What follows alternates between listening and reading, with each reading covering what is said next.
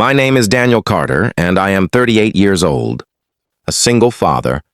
raising my 7-year-old daughter, alone after losing my wife to cancer 2 years ago, and nothing could have prepared me for what happened that Tuesday morning. Inside a small-town bank when a woman in a crisp navy blazer tore my $5 million check into pieces right in front of my eyes without even blinking. Her name tag reading Whitney, her voice dripping with a kind of contempt I had only seen from people who judged, others by the state of their shoes and the wrinkles in their shirt.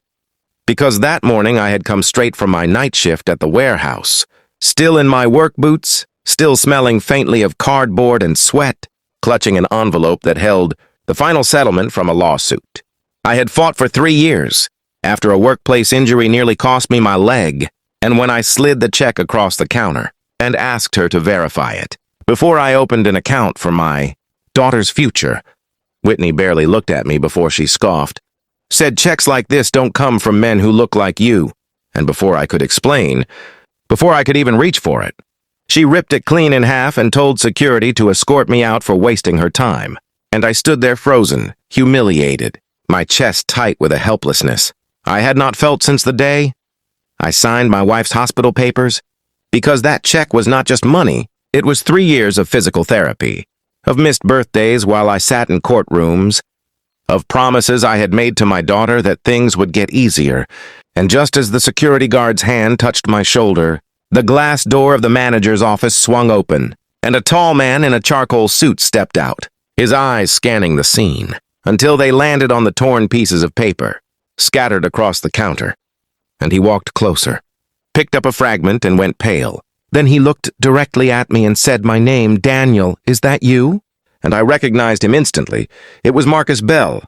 a man whose life I had pulled from a burning car 8 years earlier on the highway, a stranger back then who I never expected to see again,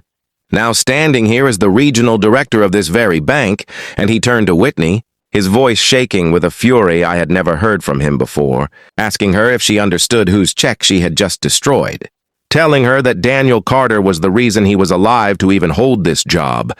and the color drained from Whitney's face as the weight of her assumption crushed down on her,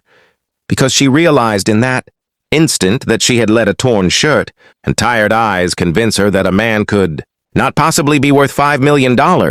and within the hour Marcus personally reissued the check, apologized to me with a sincerity that could not undo the sting but softened it, and Whitney was quietly let go by the end of the week, not just for the check, but for a pattern of behavior that had apparently gone unreported for months. And as I walked out of that bank with my daughter's future secured, I realized that kindness I had shown a stranger on a highway years ago had circled back to protect me when I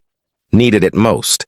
proving that we never really know how far a single act of decency can travel. And if this story moved you even a little, please hit that like button. Share it with someone who needs a reminder that goodness always finds its way back. And subscribe to Kindness True Stories for more real moments like this one.